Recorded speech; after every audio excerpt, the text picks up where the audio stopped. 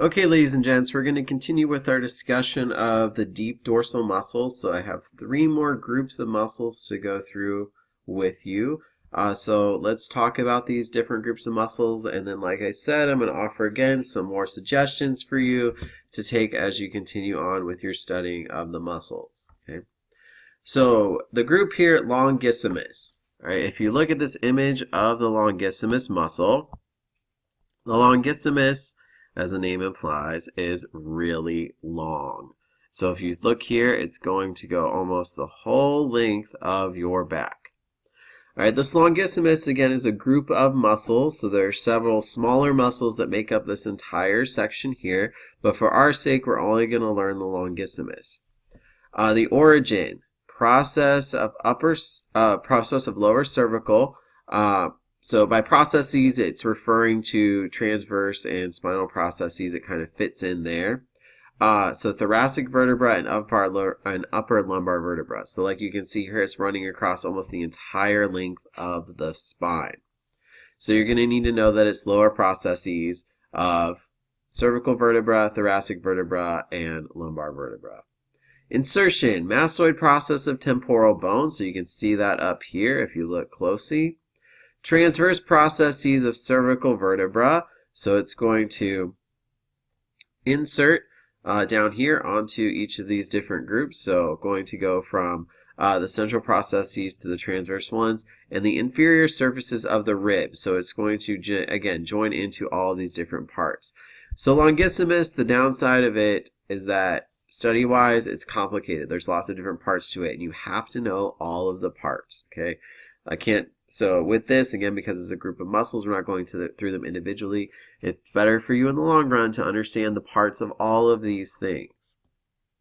All right, so all the parts of the origin and all parts of the insertion.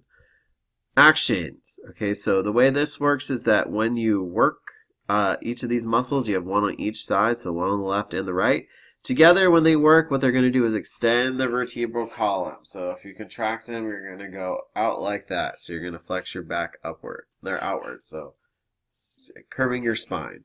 Alone, so if you flex one, it's going to laterally rotate the head and vertebral column to the side. So if you work one, you're going to rotate a little bit. If you work the other, you'll rotate and turn a little bit. Okay? So longissimus, again, a group of muscles. They're really long.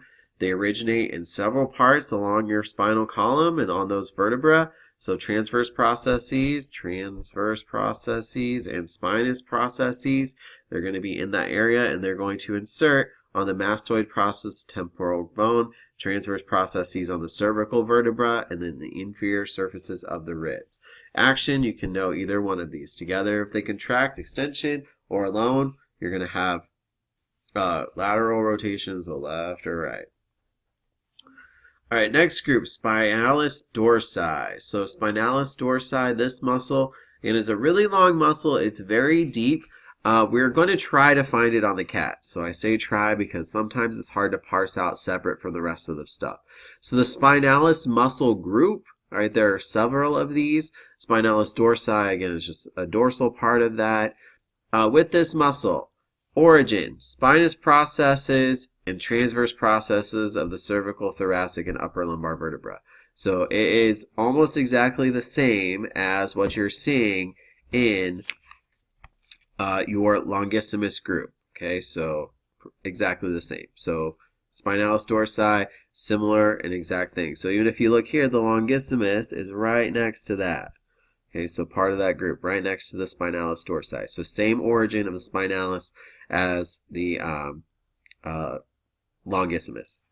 Insertion, massoid process of temporal bone, transverse process of vertebral vertebrae, and inferior surfaces of the ribs. So again, similar, almost the same insertion to the spinalis dorsi. So almost exactly the same. So with these different origins, insertions, and they're very similar. Action. Extend vertebral column. So again, if you do that, you're going to extend and flex. Alone, it's going to rotate laterally to the left or to the right of your muscle. All right, the last group that I'm going to talk about with you guys is the iliocostalis. And this is a group of muscles that, again, runs the full length of the backside of your body. Okay. So with these muscles, iliocostalis, longissimus, and spinalis dorsi, these are all muscles that, again, affect your spinal column, and they help support your back and keep you from sitting, or keep you sitting up. Origin, superior borders of the ribs and the iliac crest. So if you look here, it's going to join to each of these different parts of the ribs, and it's going to come down to the crest of the ilium. Okay. Insertion, transverse processes of cervical vertebra and inferior surfaces of the ribs. So if you look here, it's going to insert right to these different parts. Like I said, the iliocostalis is going to have different parts, and we'll revisit this muscle a little bit later when we talk about this origin point down here. With the iliocostalis, its actions, extending vertebral column and laterally moving to each side of the rib. So if they work together, they'll extend.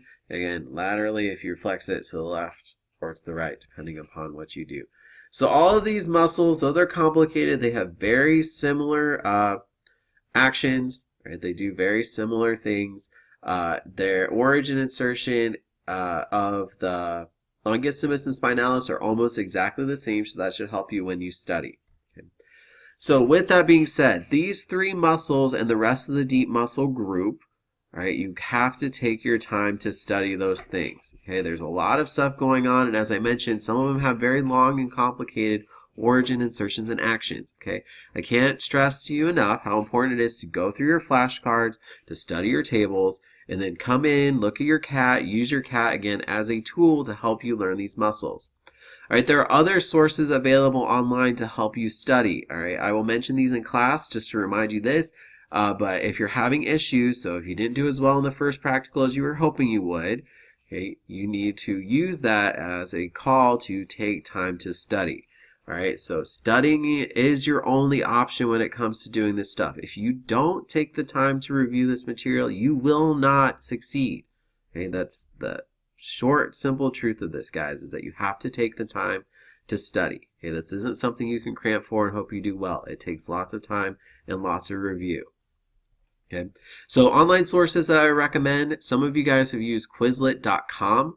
So Quizlet has pre-prepared questions of this. So you're not alone in studying anatomy. There are people all over the country that are studying the same exact stuff that have made quizzes that you can go through and study.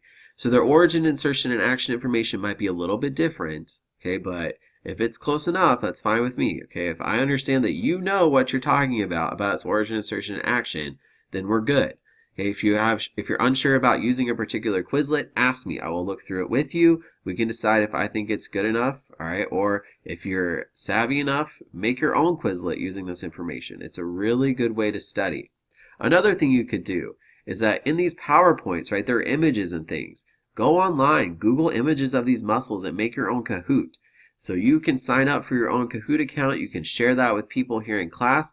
I'm going to leave that up to you to make those things. The reason why is because making those things is a better way to study than just going through them. Okay, so the more you try to teach others and the more you try to learn material to share that with other people, the better you're going to learn it and retain it. So this is why I ask you to quiz each other. Quizzing each other and expecting someone to know something is going to force you to learn that material better. So again, study the stuff. Quiz your lab partner. Take time after class in school to look at things. All right, so let me know if you have any issues or problems when you're going through this stuff. Again, refer to your textbook. If you're unsure about something, your textbook has some pretty good images of what you can look at to help you go with these different muscles. Okay, so your next practical is going to be over several parts of these. Okay, so we're going to throw in more muscles this time. So not just 5 muscles like I did before with 10 questions. All right, we're going to take a full period. Right, you're going to take a lot of time to identify many more of these individual muscles. Okay, so you know the groove, you're learning it, you have it down. You should at this point understand what I am expecting of you, which is a lot. Right, you guys are my anatomy kids, and I expect a lot out of you. All right, so you should take time to study. Studying is your only option to succeed. Okay, so after my ranting and encouraging you to study again, take time, review these videos, look at each of the different ones again a couple times. Again, review, review, review. All right, so good luck with studying.